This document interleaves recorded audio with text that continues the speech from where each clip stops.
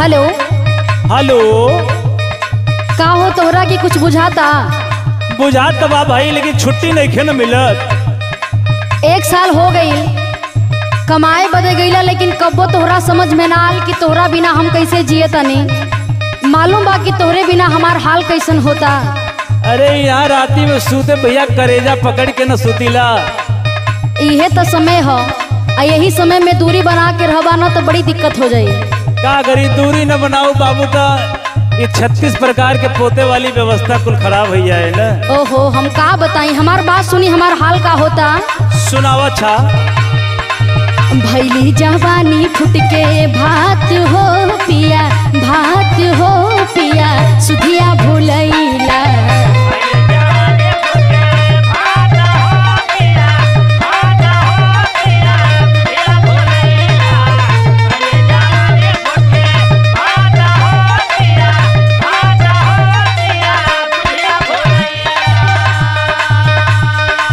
सोचता सोचता होला हो रहे घना, हो रहे घना लागे ना मनवा।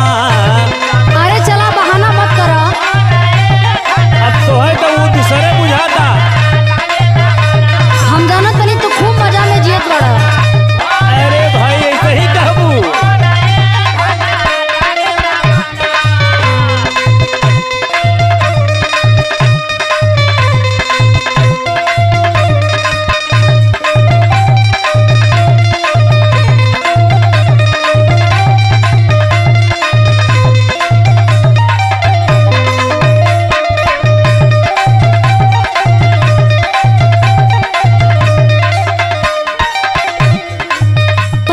हमरे साथे कैसन कैसन घटना होता, हमरा के घरे तनको अच्छा नहीं लगत। का कौनो हर करत हन का हो? ए देखा तनी होश में बोला, सुना हमार बात। सुनावा अच्छा। रेंगनी के काट कैला सुनी मोर से जरिया हो।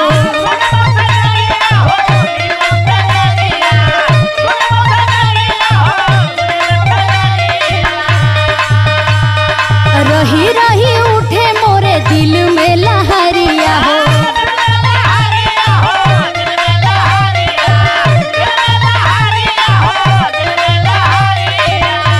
बुझला, रेंगनी के काट कैला सुनी मोर से जरिया हो। रही रही उठे मोरे दिल में लहरिया हो। और सुना, सुनावा। जागीला सारी सारी, जागीला सारी सारी रात हो पिया, रात हो पिया, सुधिया भूलैला।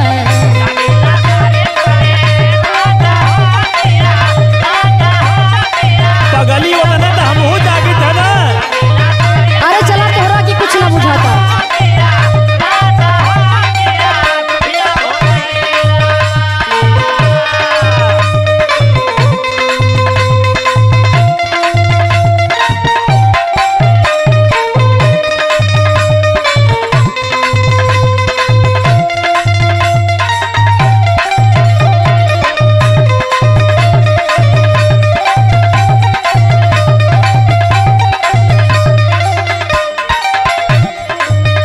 सुना, हम बतावा तनी तो के।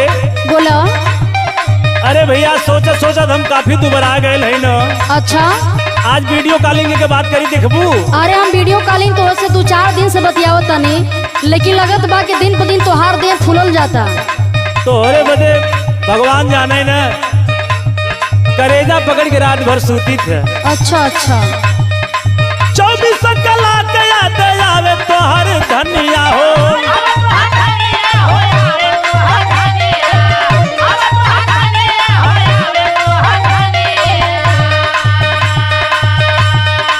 भावे नहीं टीवटी न भावे दाना पनिया हो।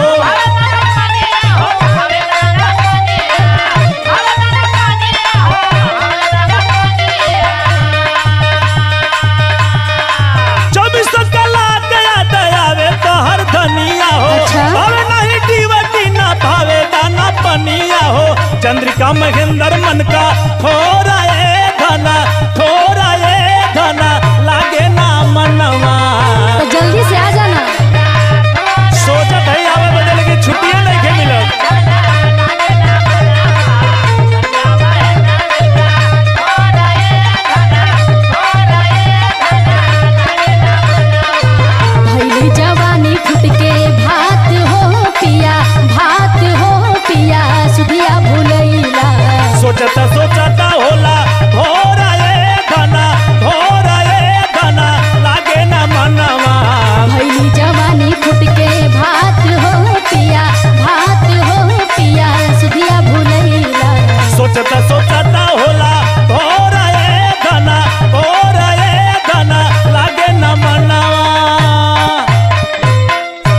जल्दी से आ जाई। आवत है बाबू, पैसवा मिल जाए, सेठवा ना देता।